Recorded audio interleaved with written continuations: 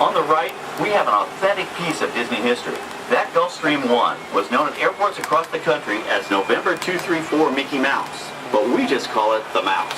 In 1964, Walt Disney and his hand-picked team used this plane to scout locations for what he called the Florida Project. Soon, they secretly began purchasing thousands of acres of land, which became the Walt Disney World Resort in 1971. During the creation of the resort and later Epcot, the Mouse shuttled studio executives and Imagineers between Burbank and Orlando, making it the most used executive aircraft in the country.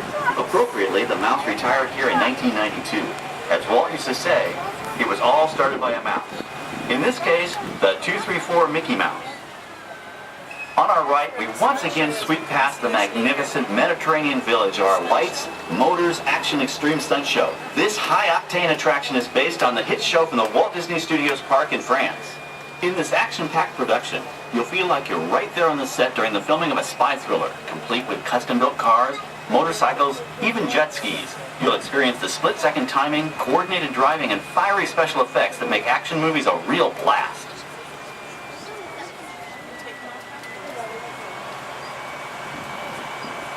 The staging area to our right is known as Acceleration Alley. Here, the custom-built stunt show vehicles rev their engines up to 70 miles an hour before making their high-speed entrances onto the stage for our Lights, Motors, Action Extreme Stunt Show. Of course, these are professional stunt drivers. We hope you'll enjoy their daring driving skills, but please, don't try them yourself.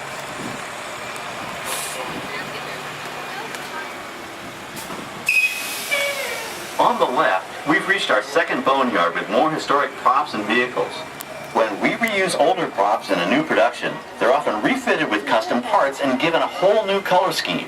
You might not even recognize them the next time you see them on screen. For instance, coming up is our friend Herbie the Love Bug. He went through a special demolition derby makeover. Those dents and dings were added on purpose, but he can be polished up as good as new for his next starring role.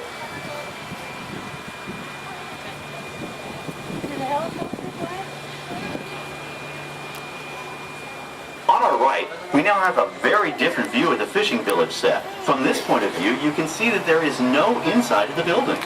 They are just false fronts or facades. In the movie business, set builders only create what the camera has to see. It's an old movie trick dating all the way back to the silent era. To add to the sense of realism and avoid the cost of set building, many of today's television shows and movies film on location in cities and towns across the U.S. But out in the real world, you've got to contend with noise, traffic, crowds, and various visual elements that may or may not belong in your film. Here on the backlot, we can avoid these problems because we created our very own flexible urban environment. Our Streets of America facades can stand in for a small town or a giant metropolis. As we come around the last corner on our route, you'll see the skyline of New York City in the distance.